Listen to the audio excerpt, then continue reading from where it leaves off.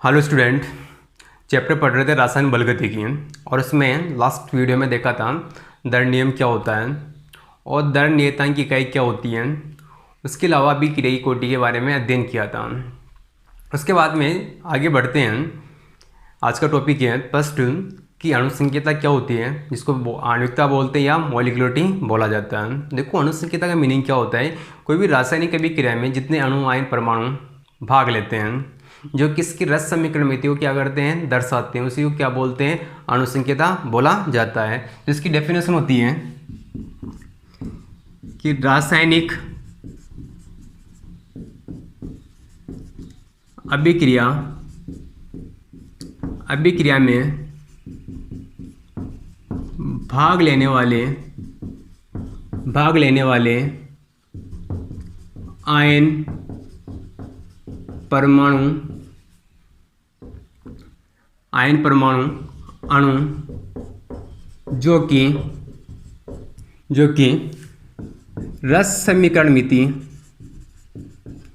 कि रस समीकरण मिति को दर्शाते हैं, उसे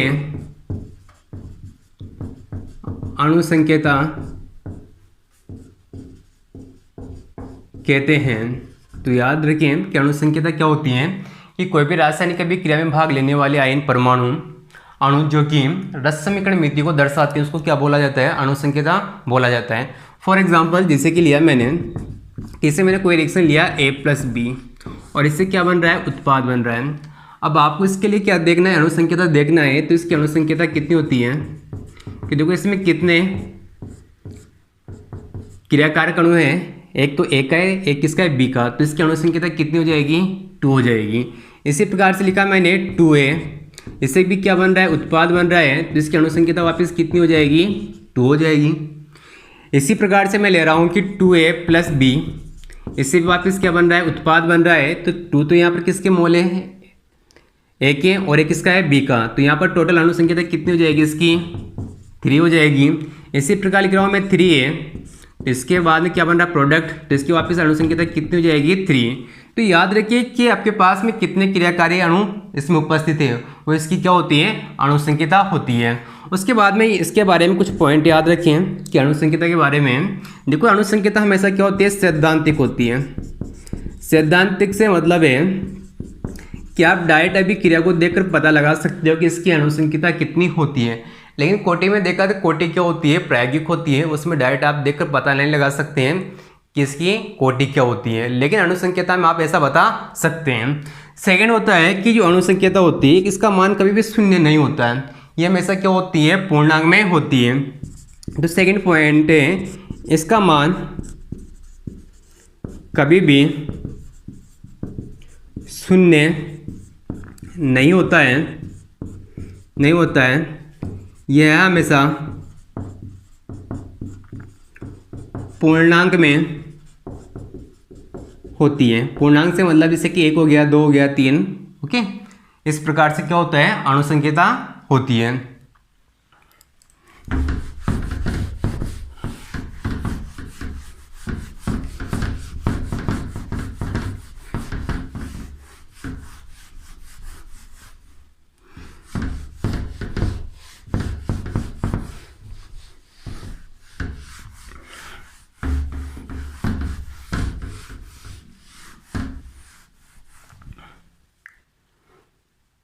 अणुसंख्यता के बाद में नेक्स्ट टॉपिक है कोटि व अणुसंख्यता में अंतर।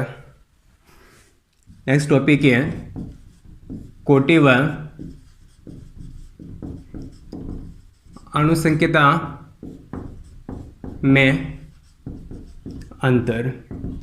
देखो, ये बोर्ड की दृष्टि से क्या है, इंपॉर्टेंट है, क्योंकि ये क्वेश्चन आता रहता है कि कोटि व अणुसंख्यता में कोई 2 या 4 अंतर दीजिए।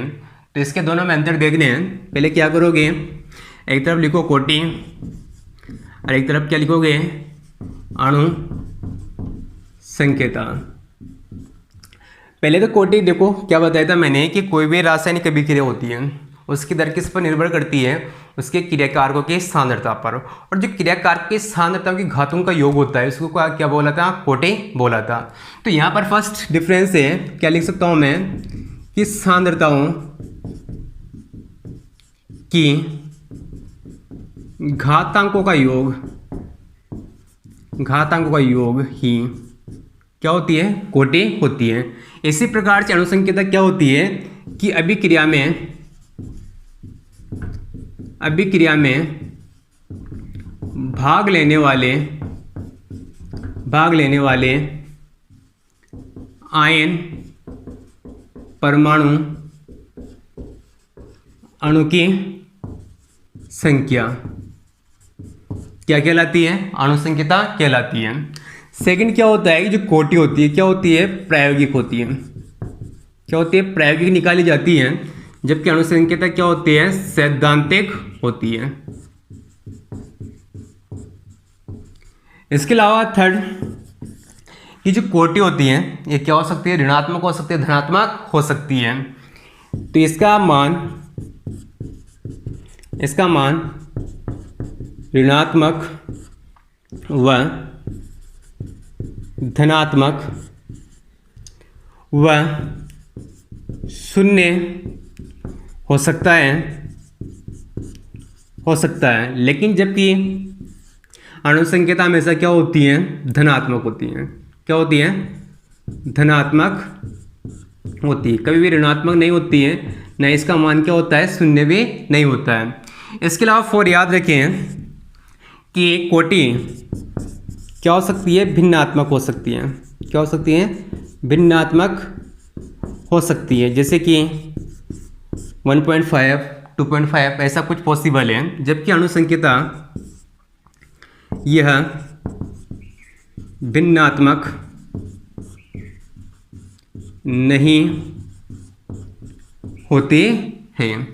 तो याद रखिए चारों डिफरेंस। पहला क्या था कि सांद्रताओं की घातों का योग ही क्या कहलाता है, कोटि कहलाती है। अनुसंख्यता क्या होता है, अभिक्रिया में भाग लेने वाले आयन परमाणु अणु की संख्या क्या कहलाती है, अनुसंख्यता कहलाती है। कोटि क्या होती है, प्रायोगिक होती है। अनुसंख्यता क्या होती है, सैद्धांतिक होती है। इसी प्रकार से थर्ड है जो कोटि होती है इसका मान ऋणात्मक, धनात्मक, शून्य पॉसिबल है, लेकिन अनुसंख्यता हमेशा क्या होती है, धनात्मक होती है। इसके अलावा कोटि भिन्नात्मक हो सकती है, लेकिन अनुसंख्यता भिन्नात्मक नहीं होती है।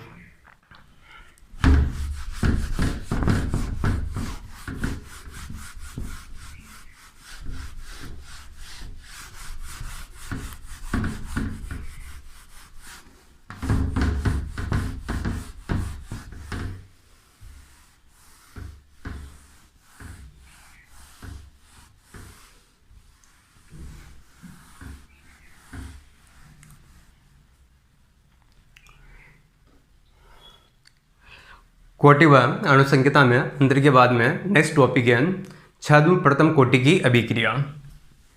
नेक्स्ट टॉपिक है छद्म प्रथम कोटि की अभिक्रिया। देखो छद्म प्रथम कोटि की अभिक्रिया का क्या मीनिंग है कि ऐसी रासायनिक अभिक्रिया जिसकी अनुसंख्यता कितनी होती है, 2 होती है, लेकिन कोटि का मान कितना होता है, 1 होता है। इसको क्या बोलते हैं, छद्म प्रथम कोटि की अभिक्रिया। तो डेफिनेशन है पहला तो इसका कि ऐसी रासायनिक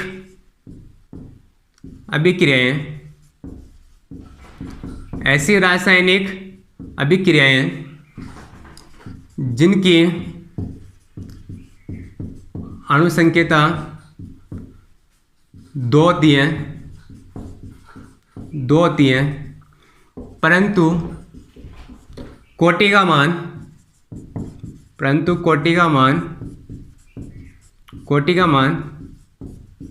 1 होता है, उसे छद्म प्रथम कोटि की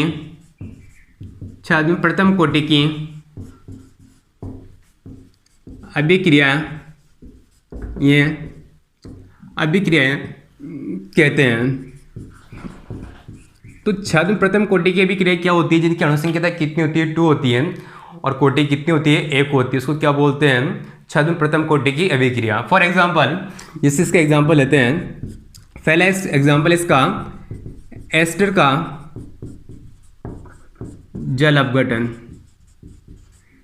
एस्टर का जल अपघटन, देखो एस्टर क्या होता है, CH3 carbon double bond O C2H5 लिया। इसका क्या करना है, जल अपघटन करना है, यानी किसके साथ रिएक्शन करोगे, H2 के साथ में। यहाँ पर जो मीडियम होता है क्या होता है, एसिडिक होता है। तो यहाँ से क्या होता है, ये हाइड्रोजन तो किसके साथ जुड़ जाएगा, इस ऑक्सीजन के साथ में। जो C2H5 OH है किसके साथ जुड़ जाएगा, OH के साथ में। तो यहाँ पर बनता है एक तो एसिटिक एसिड और बनता है यहाँ से C2H5 OH का क्या होता है, निर्माण होता है। यहाँ पर क्या होता है, जो H2 होता है क्या होता है, आधिक्य में होता है। किस में होता है, आधिक्य में। और एक फंडा होता है कि अगर कोई भी रासायनिक अभिक्रिया में दो क्रिया कारक हैं तो अभिक्रिया की दर उस पर निर्भर करती है, जो कि क्या होता है, कम मात्रा में उपस्थित होता है। तो यहाँ पर H2 तो क्या है, आधिक्य में, तो इसकी में अभिक्रिया की दर निर्भर नहीं करेगी, तो किस पर निर्भर करेगी, यहाँ पर एस्टर पर। तो यहाँ पर जो रेट लिखते हैं वो रेट किस प्रकार लिखते हैं कि रेट के क्या है अपने पास में, वेग नियतांक, और यहाँ पर जो सांद्रता निर्भर करेगी किस पर निर्भर करेगी, एस्टर पर। और इसकी कोटि कितनी आती है, 1। इसके अलावा इसकी अणुसंख्यता, इसकी अणुसंख्यता कितनी होती है, 2 होती है, क्योंकि इसमें कितने क्रियाकारक अणु हैं, 2 है। एक तो एस्टर है, दूसरा क्या है, जल है। इसी प्रकार से इसकी जो कोटि होती है, कोटि कितनी होती है, 1 होती है। सेकंड एग्जांपल है शर्करा का प्रतिपन।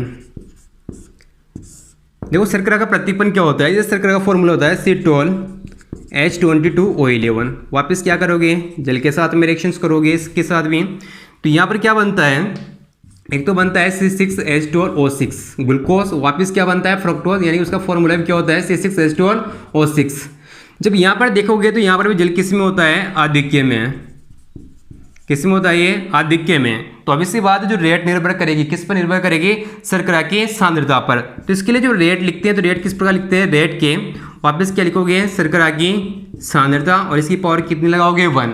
और पावर ही 1 कितना है, इसका मीनिंग क्या होता है, कोटि। और इसकी अणुसंख्यता कितनी होती है, 2, क्योंकि इसमें एक तो जल का मॉलिक्यूल पार्टिसिपेट कर रहा है, किसका पार्टिसिपेट कर रहा है, जल का, और एक किसका कर रहा है, H2O का। तो इसकी अणुसंख्यता कितनी हो जाएगी, 2, और इसकी कोटि कितनी होती है, 1 होती है।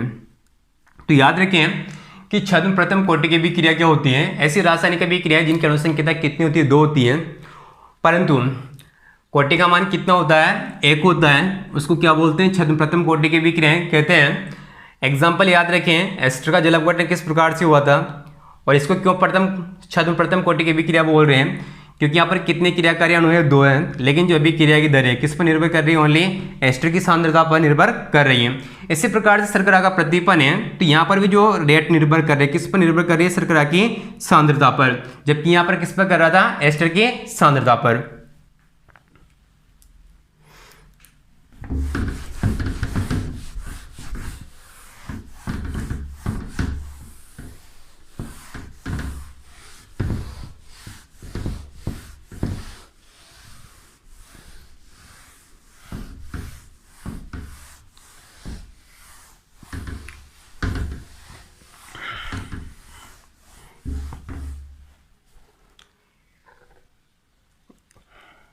इसके बाद में नेक्स्ट टॉपिक है अभिक्रिया की दर व दर नियतांक में अंतर।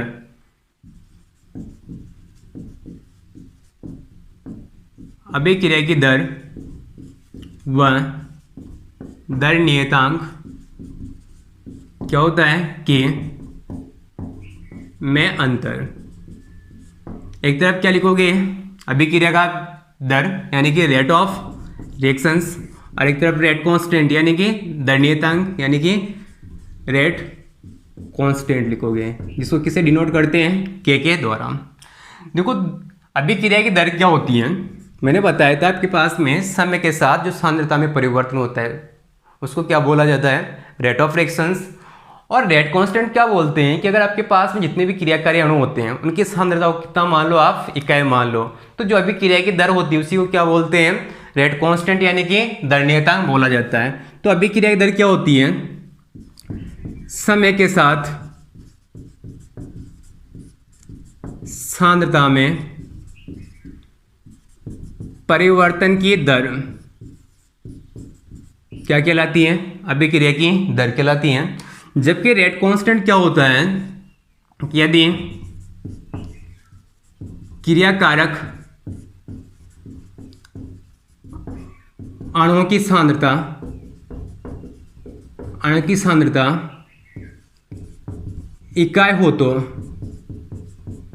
इकाई हो तो अभिक्रिया की दर ही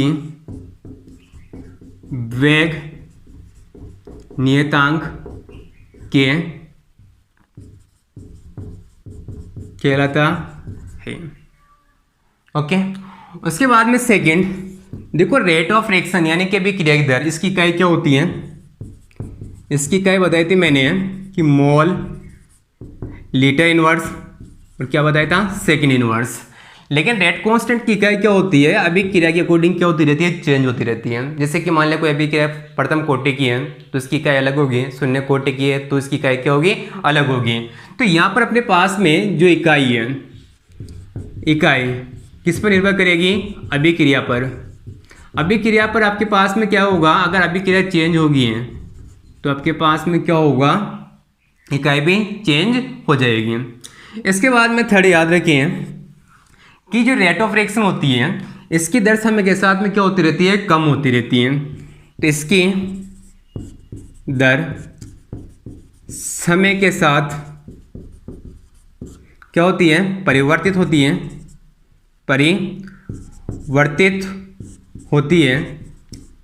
परिवर्तित में क्या होता है? सामान्यतः क्या होती है? कम ही होती है। लेकिन इसका मान समय के साथ नियत रहता है। किसका? वेग नियतांक का मान। क्योंकि वेग नियतांक का मान दो ही चीज़ों पर डिपेंड करता है, एक तो पदार्थों की प्रकृति पर, इसके अलावा मेन क्या होता है? ताप पर निर्भर करता है। अगर आप तापमान चेंज कर रहे हो तो हो सकता है आपके पास में के का मान चेंज हो सकता है, अदरवाइज के का मान निर्भर नहीं करता है। उसके बाद में फोर्थ पॉइंट है कि जो अभिक्रिया की दर है यानी कि रेट ऑफ रिएक्शन है, इसका मान विभिन्न कारकों पर निर्भर करता है।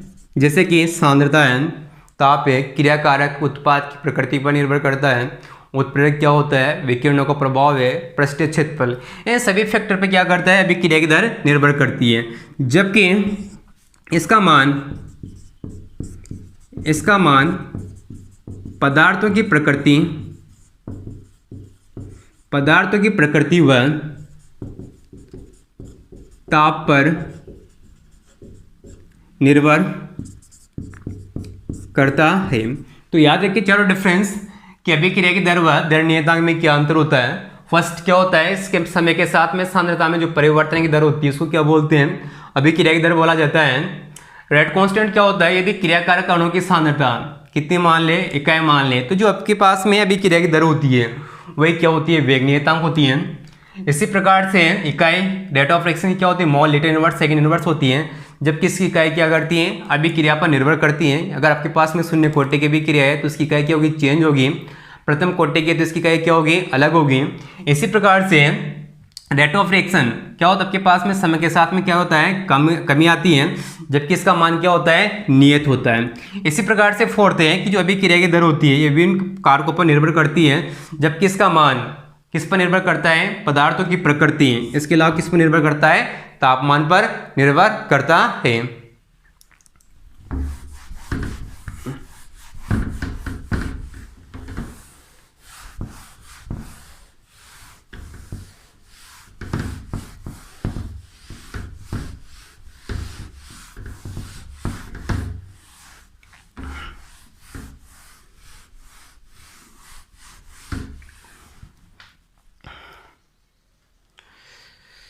अभिक्रिया की दर व वेग नियतांक में अंतर के बाद में नेक्स्ट टॉपिक है अभिक्रिया की दर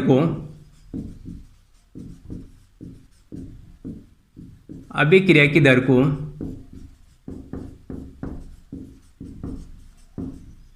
प्रभावित करने वाले कारक। देखो अभी क्रिया की दर को प्रभावित करने वाले टोटल 6 कारक पढ़ेंगे। पहला पढ़ेंगे सांद्रता, उसके बाद में ताप, उसके बाद में पढ़ेंगे क्रिया कारक व उत्पादों की प्रकृति हैं, उसके बाद में पृष्ठीय क्षेत्रफल है, उत्प्रेरक का प्रभाव है, और लास्ट में पढ़ेंगे विकिरणों का प्रभाव। तो फर्स्ट फेज में सांद्रता यानी कि कॉन्सेंट्रेशन, सांद्रता। देखो सांद्रता किस प्रकार से भी क्रिया की दर को प्रभावित करती है। अगर कोई भी रासायनिक अभिक्रिया है उसमें अगर आप क्रिया कारक की सांद्रता बढ़ाते हो तो अभिक्रिया की दर भी क्या होती है, बढ़ती है। तो मैं ऐसा बोल सकता हूँ कि जो सांद्रता होती है उसकी अभिक्रिया की दर की क्या होती है, सीधे समानुपाती होती है। लिख दिया मैंने कि सांद्रता क्या होती है, डायरेक्टली प्रोपोर्शनल यानी कि समानुपाती होती है किसके, रेट ऑफ रिएक्शंस के। इसका मतलब क्या हो गया कि अगर सांद्रता बढ़ाओगे तो अभिक्रिया की दर यानी कि रेट ऑफ रिएक्शंस भी क्या होगी, बढ़ेगी। अगर सांद्रता को मान क्या कर रहे हो आप, कम कर रहे हैं, तो रेट ऑफ रिएक्शंस भी क्या होती है, कम होती है। तो याद रखें कि सांद्रता क्या होती है, डायरेक्टली समानुपाती होती है किसके, अभिक्रिया की दर के। यानी कि अगर सांद्रता बढ़ाओगे तो अभिक्रिया की दर भी क्या होगी, कंटिन्यूसली बढ़ेगी। अगर घटा रहे हो तो अभिक्रिया की दर भी क्या होगी, कम होगी। इसके अलावा एक रिलेशन याद रखें, यहाँ पर नोट लगा लिखें कि ये रिलेशन न्यूमेरिकल में काम आएगा कि अपने पास में जो रेट होती है, अगर आपके पास में 2 सांद्रताएं दी होती है कि मान लो आपके पास में C1 सांद्रता पर अभिक्रिया की दर इतनी है, C2 पर इतनी है, तो इसके अभिक्रिया की कोटि क्या होगी। तो इस प्रकार के कोई भी क्वेश्चंस होते हैं तो इस फॉर्मूले के द्वारा क्या होगा, आसानी से आप निकाल सकते हैं। R1/R2 C1/C2 इसका कितना लगाओगे, होल पावर n। n क्या होता है, यहाँ पर अभिक्रिया की कोटि होती है। ओके, उसके बाद में सेकेंड अपने पास में सांद्रता के बाद में तापमान। देखो तापमान किस प्रकार से अभिक्रिया की दर को प्रभावित करता है कि चाहे अभिक्रिया ऊष्माशोषी हो या ऊष्माक्षेपी हो, अगर आप तापमान को बढ़ाओगे तो अभिक्रिया की दर हमेशा क्या होती है, बढ़ती है, चाहे अभिक्रिया ऊष्माक्षेपी हो या ऊष्माशोषी हो। लेकिन यहाँ पर याद रखें कि तापमान बढ़ाना ऊष्माशोषी अभिक्रियाओं के लिए क्या होता है, सूटेबल होता है, जबकि ऊष्माक्षेपी अभिक्रियाओं के लिए क्या होता है, सूटेबल नहीं होता है। तो जो मैक्सिमम जो तापमान का इफेक्ट दिखाई देता है वो किस पर दिखाई देता है, ऊष्माशोषी अभिक्रियाओं पर दिखाई देता है, न कि ऊष्माक्षेपी अभिक्रियाओं पर। दिखाई देगा लेकिन क्या होगा, बहुत कम दिखाई देगा। तो याद रखें फर्स्ट पॉइंट इसमें ताप बढ़ाने से अभिक्रिया की दर यानी कि रेट ऑफ रिएक्शन का मान हमेशा बढ़ता है, चाहे अभिक्रिया किसी भी प्रकार की हो। उसके बाद में सेकंड पॉइंट है कि अगर आप तापमान 10 डिग्री बढ़ाती हो तो अभिक्रिया की दर में क्या होती है, 2 से 3 गुना की वृद्धि होती है। तो नेक्स्ट पॉइंट है 10 डिग्री सेल्सियस ताप बढ़ाने से अभिक्रिया की दर में 2 से 3 गुना की वृद्धि प्रकाशित होती है। यानी कि अभिक्रिया की दर या तो 2 गुना हो जाएगी या 3 गुना हो जाती है। उसके बाद में क्यों होती है ऐसा भी, क्योंकि ऐसा इस वजह से होता है क्योंकि तापमान बढ़ाने से क्या होता है, जो क्रियाकारी अणु होते हैं उनकी गतिज ऊर्जा का मान क्या हो जाता है, बढ़ जाता है। तो यहाँ पर इसका कारण क्या है, कारण है क्योंकि ताप बढ़ाने से अणुओं की गतिज ऊर्जा बढ़ जाती है। गतिज ऊर्जा बढ़ जाएगी तो क्या होगा, जो अणु होते हैं क्या होगा, आसानी से रिएक्शन में पार्टिसिपेट करते हैं। ठीक है, इस वजह से क्या होता है, अपन को क्या होती है, वृद्धि दिखाई हुई प्रकाशित होती है। उसके बाद में थर्ड है इसमें यहाँ पर क्रियाकारक व उत्पाद की प्रकृति। देखो क्रियाकारक व उत्पाद की प्रकृति किस प्रकार से अभिक्रिया की दर को प्रभावित करती है। मान लीजिए कि अगर आपके पास में कोई ऐसा क्रियाकारक है जिनके पास में जो बॉन्डिंग है क्रियाकारी अणु के बीच में वो क्या है, दुर्बल है। क्या है, दुर्बल है। तो आसानी से उनके बीच का जो बॉन्ड होगा आसानी से ब्रेक होगा। अब ब्रेक होगा तो आसानी से क्या बनाएंगे, वो उत्पाद बनाएंगे। लेकिन अगर आपके पास में कोई क्रियाकारक ऐसा है कि उनके बीच में बॉन्डिंग क्या है, अच्छी, ऐसा बोल सकता हूँ कि जो बंद है, प्रबल बंद है, तो आसानी से क्या होगा, उनके बॉन्ड टूट नहीं पाएंगे तो आसानी से उत्पाद में चेंज नहीं होंगे। उत्पाद में चेंज नहीं होंगे तो इट मीन्स क्या होगा, उनकी अभिक्रिया की दर भी कम होगी। तो यहाँ पर अपने पास में जैसे मैं दो रिएक्शन ले रहा हूँ कि NO प्लस O2, इससे बनेगा जैसे कि 2NO2 बन रहा है। जो रिएक्शंस होती है क्या होती है, फास्ट होती है। क्या होती है, फास्ट होती है। इसी प्रकार सेकेंड रिएक्शन ले रहा हूँ मैं 2CO प्लस O2, इससे बनता है 2CO2 बनता है। और जो रिएक्शंस होती है वो क्या होती है, स्लो होती है। तो यहाँ पर जो मेन रीज़न है वो क्या है कि यहाँ पर जो NO के बीच में जो बॉन्डिंग होती है वो क्या होती है, मजबूत होती है, जबकि CO के बीच में जो बॉन्डिंग होती है, सॉरी यहाँ पर क्या होता है, जो NO के बीच में जो बॉन्डिंग होती है क्या होती है, दुर्बल होती है। इस वजह से आसानी से क्या होता है, O2 के साथ में रिएक्शंस कर लेता है, इस वजह से क्या बन जाता है, NO2 बन जाता है आसानी से। और अभिक्रिया कौन सी होती है, फास्ट होती है। लेकिन CO के केस में क्या होता है, यहाँ पर बॉन्डिंग क्या होती है, प्रबल होती है, इस वजह से O2 के साथ में ये धीरे से रिएक्शंस करेगा, इस वजह से अभिक्रिया क्या होती है, स्लो होती है। उसके बाद में फोर्थ है पृष्ठीय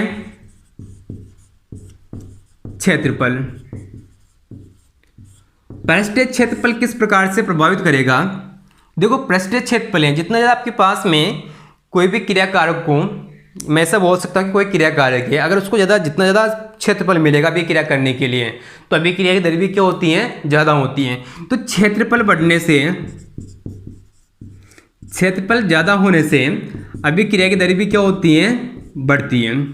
क्योंकि जो जितने भी क्रियाकारी अणु होते हैं उनको क्या मिलता है, प्रॉपरली क्षेत्रफल मिलता है अभिक्रिया करने के लिए। इसके अलावा एक और याद रखिए, मान लिया आपके पास में कोई क्रियाकारक है, उसकी क्या है, दो स्टेट है, यानी कि दो अवस्थाओं में। एक तो क्या ले लिया मैंने, बारीक पाउडर के रूप में ले लिया, और एक इसकी फॉर्म में ले लिया मैंने सॉलिड फॉर्म में, यानी कि ठोस अवस्था में ले लिया। तो याद रखें कि जब अभिक्रिया की दर आप मेजर करोगे तो अभिक्रिया की दर जो ज़्यादा आती है, कहाँ पर आती है आपके पास में, बारीक पाउडर के फॉर्म में आती है। क्योंकि बारीक पाउडर के फॉर्म में क्या होता है, क्रियाकारी अणु अपना क्या कर लेते हैं, पृष्ठीय क्षेत्रफल को बढ़ा लेते हैं, जबकि ठोस अवस्था में ऐसा पॉसिबल नहीं होता है।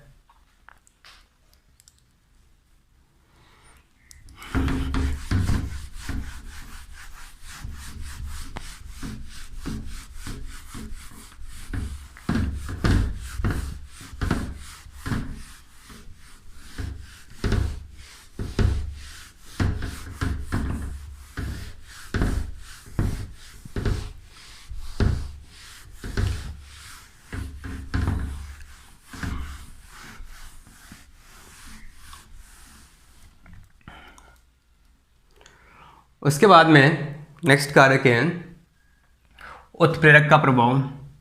पांचवा है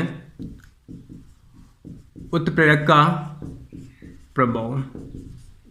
देखो उत्प्रेरक किस प्रकार से प्रभावित करता है, पहले देखते हैं कि उत्प्रेरक क्या होता है। देखो उत्प्रेरक का मीनिंग क्या होता है, कोई भी बाह्य पदार्थ जो भी रासायनिक अभिक्रिया में क्या होता है, मिक्स कर दिया जाता है, जिससे कि अभिक्रिया की दर में क्या हो सकती है, चेंजेज आ सकता है। हो सकता है कि अभिक्रिया की दर बढ़ जाए, या हो सकता है कि अभिक्रिया की दर क्या हो जाए, कम हो जाए। तो पहले डेफिनेशन देखते हैं कि उत्प्रेरक क्या होता है, कि वह बाह्य पदार्थ जिसकी उपस्थिति से अभिक्रिया की दर यानी कि रेट ऑफ रिएक्शन प्रभावित होती है, उसे उत्प्रेरक कहते हैं। देखो उत्प्रेरक किस प्रकार से प्रभावित करते हैं। उत्प्रेरक क्या करते हैं, जो अभिक्रिया करने के लिए जो क्रियाकारी अणुओं के बीच में क्या होती है, जो सक्रिय ऊर्जा होती है उसकी को क्या करते हैं, कम या ज़्यादा कर देते हैं। तो इस वजह से क्या होता है, अभिक्रिया की दर भी क्या हो जाती है, चेंज हो जाती है। तो याद रखें कि किस प्रकार से प्रभावित करता है। नेक्स्ट पॉइंट है कि उत्प्रेरक सक्रियण ऊर्जा के मान को मान को प्रभावित करता है। इस वजह से क्या होता है कि अभिक्रिया द्रव्य क्या होती है, प्रभावित होती है। अब कैसे करता है, अगर आपके पास में सक्रियण ऊर्जा ज़्यादा है तो उसकी रेट ऑफ रिएक्शंस क्या होती है, कम होती है। अगर आपके पास में एक्टिवेशन एनर्जी का मान क्या है, कम है, तो उसकी रेट ऑफ रिएक्शंस का मान क्या होता है, ज़्यादा होता है। कैसे होता है, जैसे कि मैं कर्व बनाता हूँ, मैंने क्या बनाया, कर्व बना रहा हूँ मैं कि वाई एक्सिस पे लिया मैंने पोटेंशियल एनर्जी लिया और यहाँ पर पास में लिया रेट प्रोग्रेस, यानी कि यहाँ पर क्या हो रही है, रिएक्शंस हो रही है। ठीक है, अगर आपके पास में मान लिया कोई रिएक्शन से और आपके पास में यहाँ से स्टार्ट होकर आपके पास में क्या हो रहा है, प्रोडक्ट का क्या हो रहा है, निर्माण कर रही है। क्या हो रहा है, प्रोडक्ट का निर्माण हो रहा है। इस प्रकार से इसको बोला जाता है, जो यहाँ से यहाँ तक गैप होता है इसको बोला जाता है सक्रियण ऊर्जा, यानी कि एक्टिवेशन एनर्जी। अब मान लिया कि आपके पास में देखो उत्प्रेरक दो प्रकार के होते हैं, एक तो धनात्मक उत्प्रेरक होता है, क्या होता है, ऋणात्मक उत्प्रेरक होता है। धनात्मक उत्प्रेरक क्या होता है, अभिक्रिया की दर को बढ़ा देता है। क्यों बढ़ाता है, क्योंकि इसके द्वारा सक्रियण ऊर्जा का मान क्या होता है, कम हो जाता है। लेकिन ऋणात्मक उत्प्रेरक में क्या होता है, इसका उल्टा होता है। क्या होता है ऋणात्मक उत्प्रेरक में कि सक्रियण ऊर्जा का मान क्या करता है, वो बढ़ा देता है, तो इसकी अभिक्रिया की दर क्या हो जाती है, कम हो जाती है। अगर मैं इसमें क्या कर रहा हूँ, मैं धनात्मक उत्प्रेरक मिला रहा हूँ, तो क्या होगा, सक्रियण ऊर्जा का मान क्या हो जाएगा, कम हो जाएगा। पहले इतना था, अब यहाँ पर अपने पास में सक्रियण ऊर्जा का मान क्या आ रहा है, इतना आ रहा है, इसको मैंने कितना मान लिया, EA1 मान लिया। अगर आपके पास में ऋणात्मक उत्प्रेरक होता तो आपके पास में सक्रियण ऊर्जा का मान क्या हो जाता, और बढ़ जाता, और आपके पास में मान लिया कि इसकी सक्रियण ऊर्जा कितनी आ रही है, यहाँ पर EA2 आ रही है। तो जितनी ज़्यादा आपके पास में सक्रियण ऊर्जा होगी तो अभिक्रिया की दर उतनी ही क्या होगी, कम होगी। क्योंकि जितना आपके पास में क्रियाकारी अणु होते हैं, मान लिया कि आपके पास में कोई रिएक्टेंट है, इसको क्या करना है, प्रोडक्ट बनाना है, तो इसके लिए आपके पास में क्या होगा, इस बैरियर को क्या करना पड़ेगा, क्रॉस करना पड़ेगा। अब क्रॉस करना पड़ेगा तो आपके पास में यहाँ पर एनर्जी क्या है, ज़्यादा है, तो इसको क्रॉस करने के लिए आपको क्या चाहिए, ज़्यादा एनर्जी की रिक्वायरमेंट है। लेकिन अगर आपके पास में कोई ऐसा आपके पास में क्या है, कम ऊर्जा वाला कोई भी आपके पास में क्या है, बैरियर है, अवरोध है, तो उसको आसानी से कोई भी व्यक्ति क्या कर सकता है, क्रॉस कर सकता है, तो इसकी वजह से उसकी अभिक्रिया की दर भी क्या होगी, बढ़ेगी। तो एक कर्व याद रखें, यहाँ पर क्या लिख सकता हूँ मैं कि नेगेटिव यानी कि ऋणात्मक उत्प्रेरक की उपस्थिति। सेकंड क्या है, आपके पास में उत्प्रेरक क्या है, एब्सेंस है, जबकि यहाँ पर क्या है, धनात्मक उत्प्रेरक क्या है, उपस्थित है। तो याद रखिए उत्प्रेरक किस प्रकार से प्रभावित करता है कि ये सक्रियण ऊर्जा के मान को क्या करता है, प्रभावित करता है, और सक्रियण ऊर्जा का मान प्रभावित होगा तो अभिक्रिया की दर भी क्या होती है, प्रभावित होती है।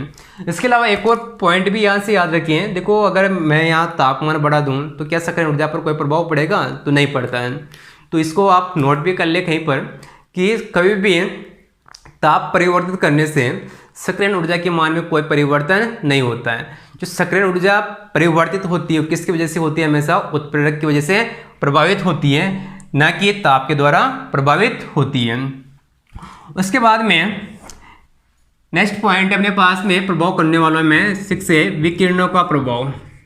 विकिरणों का प्रभाव, देखो विकिरणों का प्रभाव किस प्रकार से होता है, जैसे कि मैंने दो रिएक्शन लिया कि H2 + Cl2 लिया, और ये रिएक्शंस मैंने क्या की, डार्क में यानी कि अंधेरे में करवा रहा हूँ, और इससे क्या बन रहा है, 2HCl बन रहा है। इसी प्रकार से ये रिएक्शन अगर मैं वापस क्या करता हूँ, मैं लाइट की प्रेजेंस में यानी कि उजाले में कर रहा हूँ, तो वापस क्या बनेगा, 2HCl ही बनेगा। लेकिन अगर आप डार्क में रिएक्शंस करवाते हो इसको, तो जो अभिक्रिया होती है क्या होती है, स्लो होती है, बहुत धीमे गति से क्या होती है, धीरे धीरे क्या होता है, H2 और Cl2 क्या करता है, रिएक्शंस करता है, उससे के द्वारा क्या बनता है, HCl का क्या होता है, निर्माण होता है। लेकिन ये रिएक्शन अगर आप क्या करोगे, लाइट की प्रेजेंस में करते हैं, तो अभिक्रिया क्या होती है, फास्ट होती है, यानी कि जल्दी से क्या बना लेगा, HCl का क्या करेगा, निर्माण करेगा, और निर्माण करेगा तो अभिक्रिया की दर भी क्या होगी, तेज होगी। इसके अलावा आप एक नोट जरूर लिखें, नोट क्या है, नोट याद रखें कि ताप बढ़ाने से सक्रियण ऊर्जा के मान में कोई परिवर्तन नहीं होता है।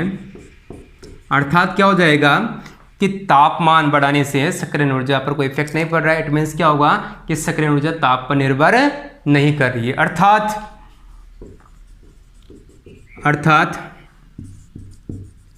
सक्रियण ऊर्जा ताप पर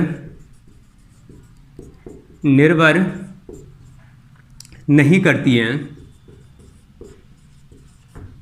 ओके, तो याद रखें किस प्रकार से अभिक्रिया की दर क्या हो रही है, परिवर्तित हो रही है। मैं एक बार वापस रिपीट करा देता हूँ। स्टार्ट किया था आज कि अणुसंख्यता क्या होती है, कि मैंने बताया था कि कोई भी रासायनिक अभिक्रिया में भाग लेने वाले अणु, परमाणु, आयन जो कि उसके रस समीकरण मिति को क्या करते हैं, दर्शाते हैं, उसको क्या बोला जाता है, अणुसंख्यता बोला जाता है। ठीक है, उसके बाद बताया था कि क्या होती है, सैद्धांतिक होती है।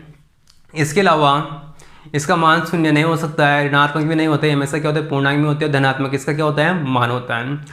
उसके बाद में स्टार्ट किया था कि कोटि और अणुसंख्यता में अंतर, तो 4-5 अंतर इसमें मैंने बताए थे कि पहले डेफिनेशन बताई थी कि अणुसंख्यता क्या होती है, सैद्धांतिक होती है, जबकि कोटि क्या होती है, प्रायोगिक होती है। कोटि का मान क्या होता है, जो कोटि होती है प्रायोगिक के अलावा होती है, जबकि क्या बताया था मैंने, अणुसंख्यता क्या होती है, सैद्धांतिक होती है। जो कोटि होती है उसमें क्या होता है, वेग नियम का भी क्या होता है बेटा, यूज होता है, जबकि अणुसंख्यता में नहीं होता है। कोटि क्या हो सकती है, उसका मान शून्य हो सकता है, ऋणात्मक हो सकता है, जबकि अणुसंख्यता का मान ऋणात्मक वगैरह नहीं होता है।